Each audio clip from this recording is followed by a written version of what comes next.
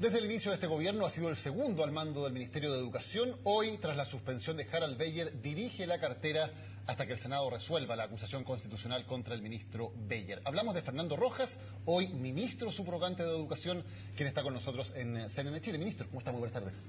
Buenas tardes, Daniel. Buenas tardes, Mónica. ¿Cómo están? Bien, gracias.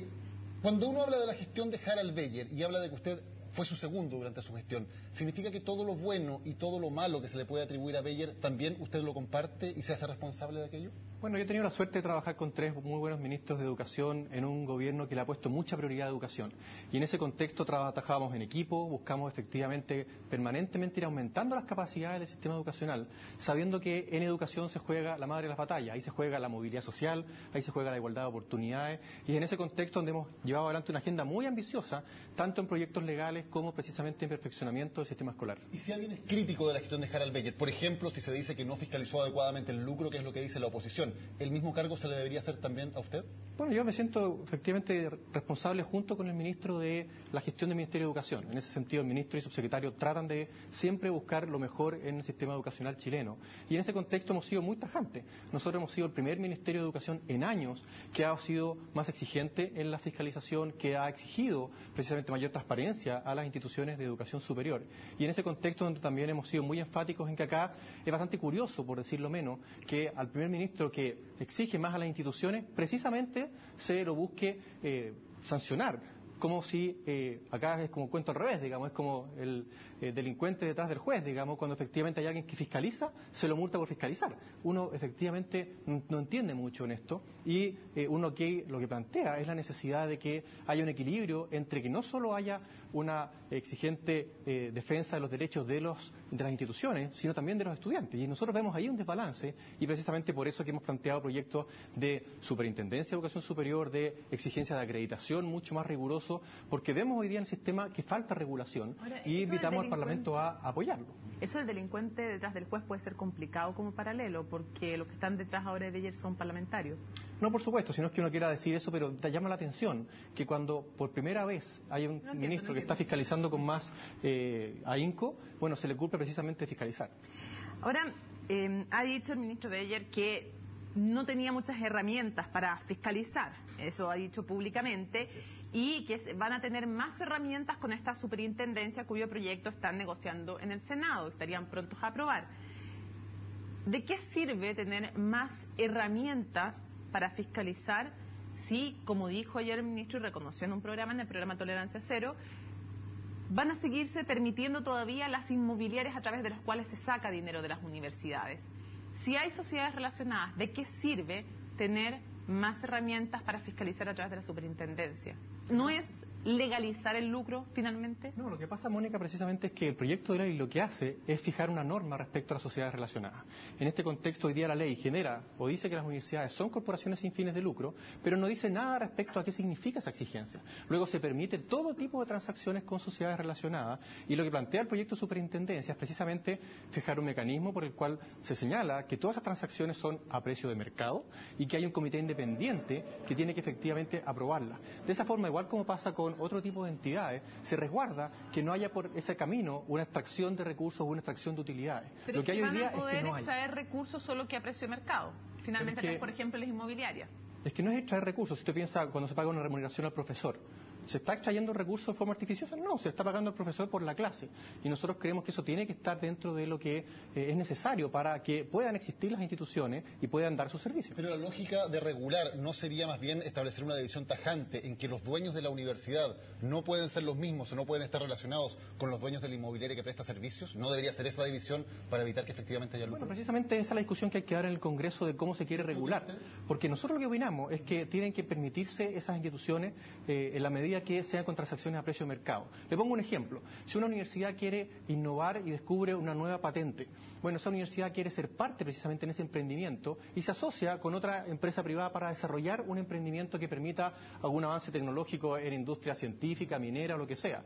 Y de esa forma hay una sociedad relacionada. Claro, pero y hay está muy bien, pero el punto es esa sociedad relacionada, si su dinero lo reinvierte o su dinero puede ir al bolsillo de los accionistas de esa sociedad. Bueno, por ejemplo, cuando uno habla de patentes o de innovaciones, habitualmente también hay inversionistas que permitan que ese patente patente de innovación en ciencia o tecnología se transforme en ayuda a la minería o en ayuda al desarrollo del país. Y ese es el camino por el cual todas las instituciones en el mundo desarrollan ciencia y tecnología. No olvidar, por ejemplo, Daniel, que todas las instituciones del Consejo de Rectores también tienen sociedades relacionadas. Luego, acá estamos hablando de algo más complejo, que es solamente la figura del arriendo o la figura que se plantea como abuso. Pero el punto final, obviamente estas sociedades relacionadas existen, lo hacen todas las universidades del mundo, eso no está en discusión. El punto es que las universidades que no lucran, esas sociedades finalmente no pueden entregarle la plata a los dueños de la sociedad, sino que tienen que reinvertirse en la universidad.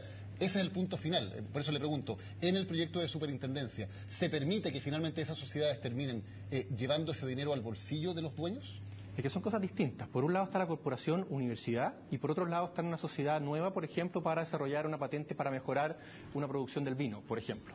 En ese contexto, esa sociedad es distinta y en esa sociedad pueden participar, por un lado, por ejemplo, la universidad y por otro lado pueden participar actores de la industria vinícola y efectivamente en eso poder de alguna manera generar... Y entonces, o sea, los dueños de sociedades relacionadas, sea por una patente o sea por una inmobiliaria, van a poder quedarse con ese dinero en sus bolsillos y no tener que reinvertirlo aunque estén relacionados con la universidad. En ese caso, cuando efectivamente es asociado a un desarrollo de una patente nueva que no está vinculada con el giro educacional. Ahora, olvidémonos de la ley. Si la ley no existiera o si usted tuviera que regular nuevamente este tema, ¿es bueno o es malo como principio que haya lucro en la educación superior primero? Mire, primero que nada hay que reconocer... Voy a extenderme un poco, la pregunta es importante. Yo creo que es importante reconocer que en Chile tenemos un sistema donde la educación escolar se permite la educación con y sin fines de lucro, en los centros de formación técnica se permite la educación con y sin fines de lucro, y institutos profesionales también. Solo en las universidades, lo cual es particular en el sentido de que por qué se permite en todo el resto del sistema y no en las universidades. Y en ese sentido, mientras las universidades lo prohíben, nosotros como ministerio hacemos cumplir la ley y lo que planteamos es la falta de regulación o de facultades para cumplir eso. ¿Pero por qué esa diferencia? En ese contexto, la pregunta que hay que hacerse es, si en un colegio efectivamente el director puede ser el dueño del colegio y efectivamente entrega educación de buena calidad, ¿no puede el profesor o ese director dueño vivir de eso? Si efectivamente la ley lo permite, ¿y por qué lo permiten los institutos profesionales? ¿Por qué no lo permitiría en una universidad? En ese sentido, yo creo que es una discusión que el país tiene que abrirse a dar. ¿Qué cree usted? ¿Cuál es su opinión personal respecto de que haya lucro, obviamente cambiando la ley, no estoy diciendo que contravengan la ley, en las universidades? Mi opinión es que en todo el sistema, si está bien regulado, se puede permitir que efectivamente con buena calidad pueden existir instituciones que, por ejemplo, puedan dar calidad en sus características pedagógicas y demás, y que sea con fines de lucro, o sea, pagando los impuestos, pero también que se permitan las instituciones sin fines de lucro. Pero es una discusión que hoy día en Chile se ve bastante poco viable, y lo que hay que hoy día en la ley es para las universidades sin fines de lucro, y lo que hay es un vacío legal porque impide esa regulación. Pero yo no veo diferencia en que un profesor pueda cobrar un sueldo o que efectivamente pueda existir un director que es dueño de un colegio con lo que pueda existir en una universidad. Pero eso hoy día la ley lo prohíbe. Para entender bien, a nivel de principio, ¿a usted no le parece que porque una universidad pudiera, cambiándose la ley, tener fines de lucro, va a ser peor que una universidad que no tiene fin de lucro? Yo no veo eso y los datos, Mónica, lo ven también en la educación escolar. ¿Sí o no? Y por eso extiendo la discusión, porque cuando se habla en la educación escolar de que efectivamente se tiene que prohibir el lucro a todo nivel, hay más de 1 millón de niños en colegios particulares subvencionados donde el dueño es el director. Y no es un gran lucrador en el contexto de estafa, de abuso, de que le esquilma a los alumnos precisamente a costa de él enriquecerse, sino que vemos colegios que son igualmente buenos, o en algunos casos igualmente malos que un colegio municipal o que un colegio particular sin fines de lucro. Yo creo que acá, lamentablemente, el gran ausente es la discusión sobre calidad.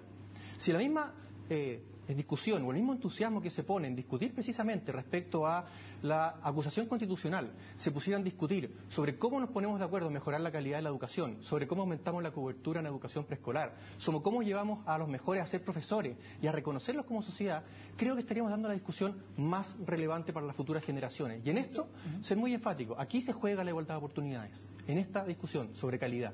Ministro, la expresidenta Bachelet ha dicho no al lucro y se entiende que entonces, si ella llega a ser presidenta, va a enviar un proyecto de ley intentando que se prohíba el lucro también en los colegios subvencionados. Si eso pasara, si esa ley se aprobara, ¿cuáles serían las consecuencias desde su punto de vista? Bueno, yo creo que primero hay que reconocer o recordar que la expresidenta Bachelet, hoy candidata, mientras fue presidenta, no presentó ningún proyecto para mejorar la regulación de la educación superior. Y nosotros hoy día, subvencionados, donde sí ella presentó un proyecto. Pero no la educación superior, que es lo que está hoy día en discusión, donde efectivamente la ley genera o dice que son corporaciones sin fines de lucro. Luego somos nosotros los que hemos generado un proyecto de ley de superintendencia y también un proyecto de ley para mejorar la acreditación, porque tiene que ir de la mano siempre esto de calidad. Ahora, las consecuencias, efectivamente, Uno es reconocer que es muy difícil de regular y por algo tenemos hoy día en educación superior lo que estamos viviendo. Y por otro lado, la pregunta es, ¿qué va a pasar con ese millón de niños o más que están en establecimientos particulares subvencionados donde el director es el dueño? ¿Se los va a cerrar? ¿Se les va a permitir o no tener subvención? Porque si se prohíbe todo tipo de subvención, efectivamente la pregunta es, ¿qué va a pasar con ese millón de familias? Mi postura personal en esto es que efectivamente si no ponemos el acento en la calidad, si el colegio es municipal o particular subvencionado con o sin fines de lucro, no es tan importante como si es de calidad o no es de calidad. Ahora, yo creo que el debate como país tenemos que ponerlo en, ¿queremos colegios de calidad o no calidad? Versus decir, ¿queremos solo colegios públicos, aunque sean malos, si es que efectivamente son sin fines de lucro? Cuando en la práctica tenemos una falacia en eso. Cuando si el Estado, en el fondo, lo que ha hecho en los últimos años y ha sido el camino es aumentar la subvención, ¿no es cierto? Poner más plata para que se pueda ir mejorando la calidad, es uno de los caminos, pero en términos económicos es el más importante. ¿Cómo se asegura, si los colegios son con fines de lucro, que ese aumento de la subvención tenga algún efecto en la calidad y no significa simplemente que el dueño se puede llevar más y más plata a sus bolsillos, brindando exactamente la educación que brindaba hasta el momento de subirse la subvención? Esa es una muy buena pregunta, Daniel, porque precisamente lo que uno busca acá es que haya un equilibrio entre exigencias y también los recursos para dar una buena educación de calidad. Hay que recordar que esto es un sistema, y como sistema tenemos también una superintendencia de educación escolar, existente desde el año pasado, y una agencia de calidad que por primera vez, este año 2013, por primera vez en la historia de Chile, va a exigir un mínimo de calidad. Eso significa que si el colegio no está en ese mínimo de calidad, y tiene un par de años para mejorar, pero si no lo logra, ese colegio pierde el reconocimiento oficial y se cierra, es decir, deja de recibir subvención. Luego acá tenemos un sistema que efectivamente respeta la libertad de los padres para elegir el mejor colegio para sus hijos. Nadie está obligando hoy día a los padres a elegir ese colegio. Luego, si el padre cree que ese colegio particular subvencionado es mejor para su hijo, lo va a llevar para allá. O si cree que es peor, lo va a llevar al colegio municipal. Siempre que tenga la plata para pagarlo, por supuesto. No necesariamente, porque recordemos que la gran mayoría de los particulares subvencionados son gratuitos o funcionan con subvención escolar preferencial y los padres pagan entre 10 o 15 mil pesos. Luego, no estamos hablando acá de un problema de recursos y por eso es que hemos aumentado la subvención para que esas familias, independiente de sus recursos, puedan elegir. Ahora, respecto a los universitarios, pues se nos acaba el tiempo. ¿Hay razones a su juicio para la marcha convocada? ¿Hay razones para que los estudiantes quieran marchar y protestar? Mire, nosotros como país creo que hemos dado un avance importante en materia de educación, pero nos queda mucho por recorrer. En ese contexto nosotros valoramos que los jóvenes pongan en muy alto la discusión pública, la necesidad de seguir mejorando en educación, seguir mejorando en calidad, pero también creo importante reconocer, por un lado, que ese derecho a la libertad de expresión tiene que ir con respeto al resto de la sociedad, con respeto al resto de los compañeros que quieren seguir estudiando, y reconocer que hemos avanzado como nunca en becas, no solo para los estudiantes más pobres, sino para el 60% de la población, en reducir los costos efectivamente que tiene la educación superior, cuando hemos bajado del 6% al 2% de interés, lo que nosotros heredamos como gobierno hoy día, nadie paga más del 2% de interés. ¿Reconoce que sin las movilizaciones estudiantiles estos temas no estarían en la agenda como están ahora? Bueno, probablemente el país avanza más rápido cuando efectivamente hay mayor discusión y es más álgida la discusión. Yo creo que sí. Pero en ese sentido también hay que reconocer los avances y reconocer que en educación la batalla no es de la noche a la mañana. Como país estamos mejorando, por supuesto que tenemos mucho más que mejorar, pero hoy día somos de los países que más rápido está cerrando la brecha en materia socioeconómica en educación escolar.